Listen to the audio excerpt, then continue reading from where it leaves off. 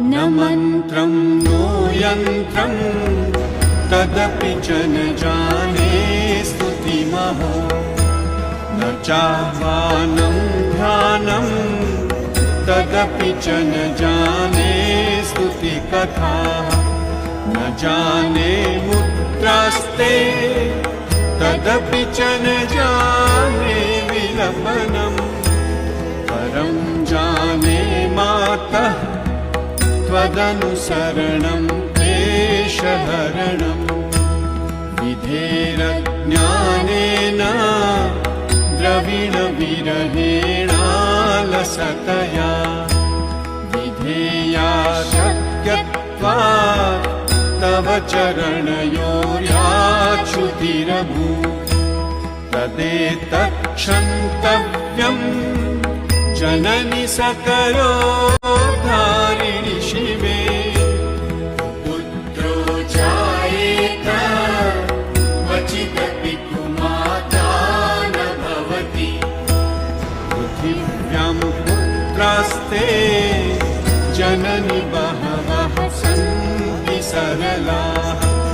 परं तेषां मध्ये विरलतरलोऽहं तव सुतः मदीयोऽयं त्यागः समुचितमिदं नो तव शिवे पुत्रो जायेत क्वचिदपि कुमाता न भवति जगन्मातर्मातः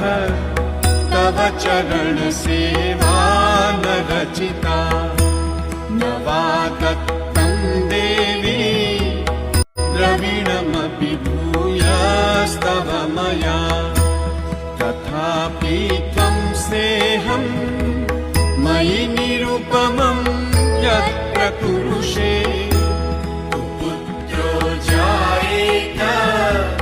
क्वचिदपि कुमाता न भवति परित्यक्ता देवा विविधविधसेवा कुलतया मया पञ्चाशीते रधिकमपनीते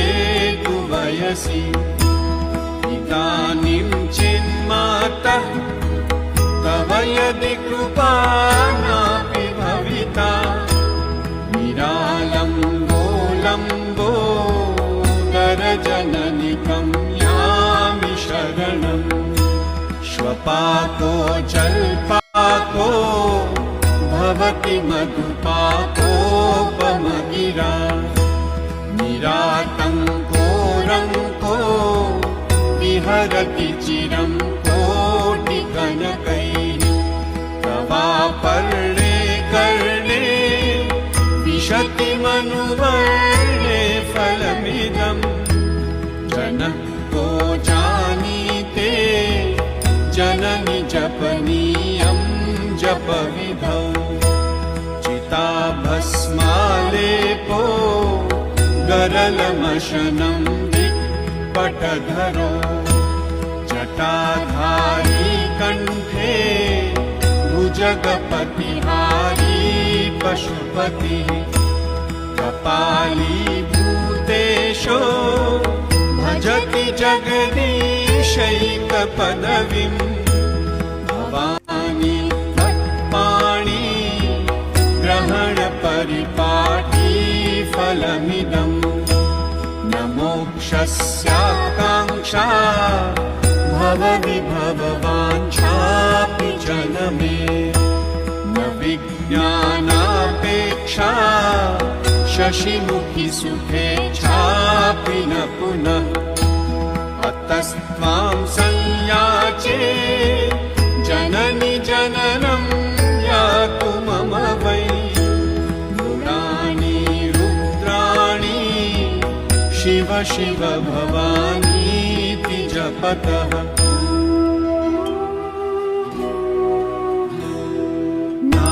नाराधितासि विधिना विविधोपचारै किं वृक्षचिन्तनपरैर्न कृतं वचोभिः श्यामे त्वमेव यदि किञ्चन मय्यनाथे तत्से कृपामुचितमम्ब परं तवैव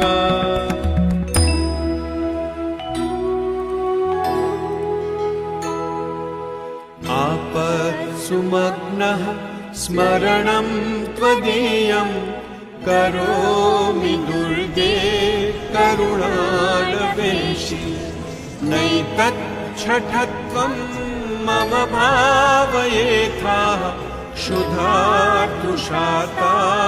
जननीं स्मरन्ति जगदम्ब विचित्रमत्र किं परिपूर्णा करुणास्ति चेन्मयी अपराधपरम्परा परं न हि माता समुपेक्षते सुतम् मत्समः पातकी नास्ति पापग्नि त्वत्समानहि एवं ज्ञात्वा महादेवी यथा योग्यं तथा कुरु